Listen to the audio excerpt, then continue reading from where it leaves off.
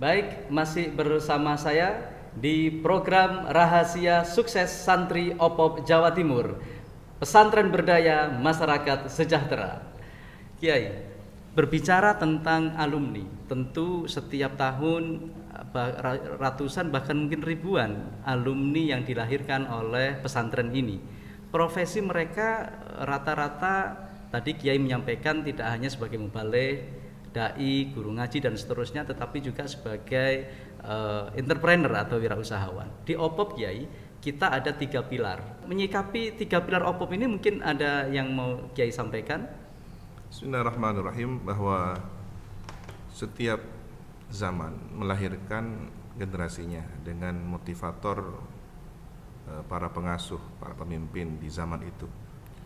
Karakter kepengasuhan Kiai Samsul yang pendidik, penggagas awal membuka masyarakat ilmiah secara keilmuan, lebih mendorong di saat itu para santrinya sebagai guru ngaji, guru langgar. Maka tidak mengherankan jika kita merunut kepada jumlah data santri di tahun 50-an, 60-an dari lulusan didikan beliau. Mereka adalah para pendidik, guru alif ba'ta. Berbeda dengan era kepengasuhan Kiai As'ad. Lahirlah pejuang. Kemudian selain para kiai, pemangku pesantren, rata-rata lembaga yang diasuhnya adalah lembaga pendidikan yang memiliki sistem kurikulum. Ini di era Kiai As'ad sudah tertata cukup baik. Ada madrasah, ada lembaga-lembaga pendidikan umumnya. Seiring itu juga terus disertai dengan hal yang tentunya bersifat kebutuhan. Maka disinilah menyertai adanya perekonomian. Kalau di era Kiai Samsul mungkin banyak petani, di era Kiai As'ad mulai ada pengusaha. Nah, di era Kiai Fawaid inilah ketika manajemen kemudian entrepreneur sudah banyak dikenal konsepnya, maka lahir beberapa alumni dengan karakter yang berbeda di zamannya. Tentu berbicara profit ala pesantren harus dicatat dengan keberkahan, ya, tambahan kebaikan di atas suatu usaha baik. Nah, itu orientasinya. Jangan kemudian kita melihat berapa omset yang diperoleh, tetapi untuk apa. Nah, ini juga penting. Boleh jadi perorangan berbeda omset itu, tetapi yang kalkulasi nominalnya lebih besar belum tentu peruntukannya besar untuk kebaikan perjuangan misalkan. Nah, ini kan juga harus ada standar pemahaman yang sama tentang keberhasilan itu sendiri, sukses itu sendiri ala santri. Nah, ini mungkin perlu kita sepakati bersama. Bahwa ada keberkahan ya, ada yang baik di atas kebaikan. Betul. Saya dengar Kiai, kalau alumni pesantren ini banyak juga ya yang akhirnya mendirikan pesantren. Sepengetahuan Kiai, alumni sini yang sukses mendirikan pondok di mana saja Kiai? Ya, di berbagai daerah, di Madura sendiri, di Jawa Timur juga, bahkan di luar Pulau Jawa seperti di Kalimantan.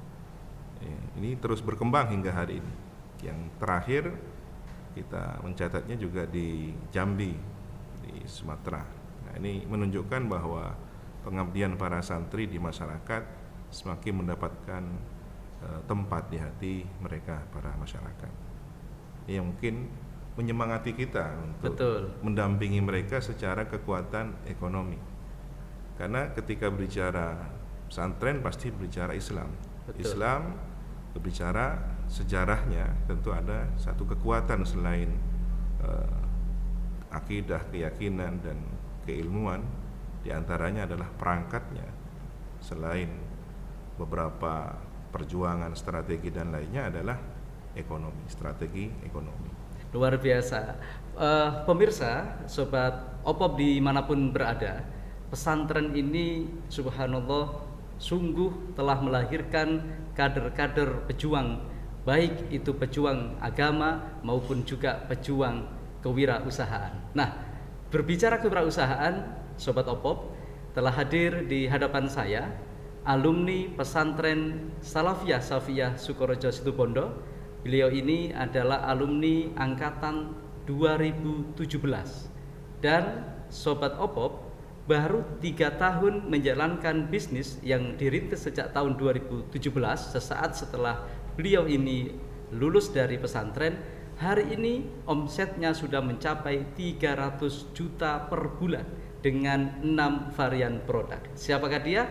Kita sapa Mas Doni, kita biasa memanggilnya. Assalamualaikum Mas Doni. Waalaikumsalam warahmatullahi wabarakatuh. Kabar sehat Mas? Oke, alhamdulillah. Ini semakin hari semakin ganteng aja ini Mas. Jadi usahanya sekarang sudah 6 produk ya Mas ya? Oke, 6. Dengan omset antara 150 hingga 300 juta per bulan itu ya? Bulan. Di masa pandemi begini ada dampak tidak terhadap usahanya Mas? Dampaknya luar biasa sebenarnya. Luar biasa ya? Cuman disinilah kita dituntut untuk bisa berkreativitas dan berinovasi. Ya. Jujur aja, mulai awal bulan Februari sampai bulan Juni kemarin, omset saya luar biasa turun. Tapi disitulah kita kemudian diminta untuk mengupgrade diri. Kira-kira usaha niche market apa saja yang perlu kita kembangkan yang sesuai dengan kebutuhan selama pandemi. Akhirnya kita launching Nu Lemon, Naina Ultimate Lemon. Ya. Alhamdulillah perkembangannya sangat pesat karena sesuai dengan kebutuhan selama pandemi, yaitu sebagai suplemen, sebagai tambahan vitamin agar kita fit. Mas, saya penasaran ya, sebagai alumni santri, kemudian mendirikan usaha, lalu modalnya ini kan tentu tidak sedikit ya. Emang Mas Doni ini anaknya orang kaya ya? Tidak, biasa saja. Oh, biasa. Jadi biasanya kalau anaknya orang kaya kan kemudian dikasih modal cukup lalu suruh berbisnis gitu ya. Kalau Mas enggak ya, biasa-biasa aja ya? Biasa saja. Terus modalnya dari mana tuh Mas?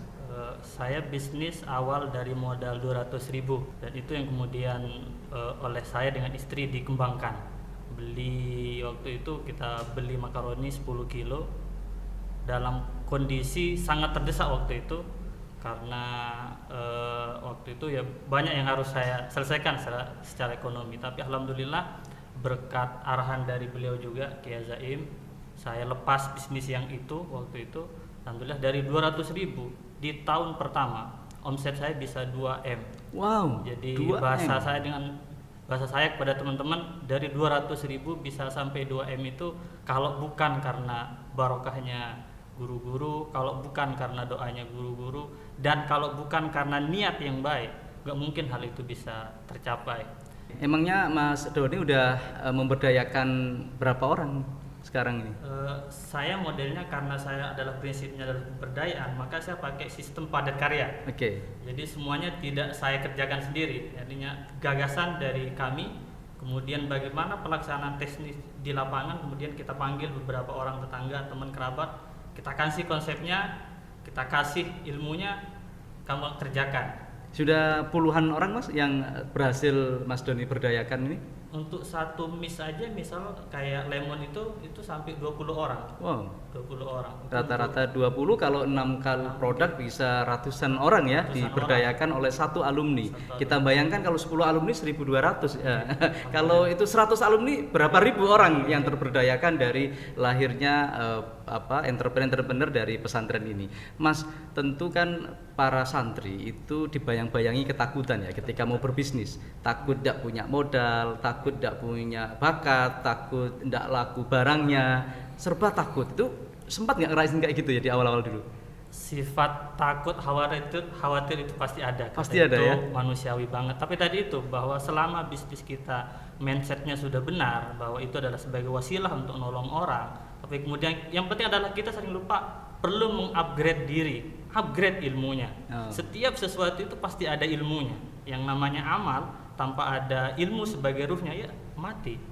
Maka disinilah kemudian saya mencoba mengikuti beberapa workshop, training baik online maupun offline, sampai saya ke Jawa Barat berapa kali bolak-balik ikut itu, mencari ilmunya itu gimana caranya, sehingga kekhawatiran saya kemudian lambat laun itu kemudian menipis. Saya karena tadi itu optimis, iya, ilmunya kita dapat, insya Allah bisa terus bertahan hingga saat Mas, ini. Waktu itu nikah dulu atau bisnis dulu Mas? Nikah dulu. Biasanya sih Istri itu kan pingin punya suami yang berpenghasilan tetap tuh. Nah, wirausahawan itu kan tidak tetap gitu ya. Kadang naik, kadang turun, kadang nol gitu, kadang minus. Terus gimana itu sikap istri waktu itu, waktu Mas mau bilang aku mau berbisnis nih Dek gitu, gimana waktu itu? Justru kalau saya terbalik. Oh, Justru yang optimismenya tinggi itu terhadap bisnis justru istri saya. Bahkan sampai salah satu cerita bahwa dia pernah dari dalam kamar selama 6 bulan dapat reward mobil. Yang waktu itu oleh Kiai Zaim saya dipanggil bahwa suruh kesimpulannya bisnis itu syubhat gitu. Jadi saya bismillah karena ini petunjuk guru saya harus lepas. Ternyata alhamdulillah berkat keikhlasan tadi itu melepas barang syubhat, kemudian berkembang menjadi seperti yang kita rasakan saat ini. Jadi itulah bedanya bisnisnya santri dengan yang non santri itu. Yang syubhat aja ditinggalkan, apalagi yang haram gitu. baik.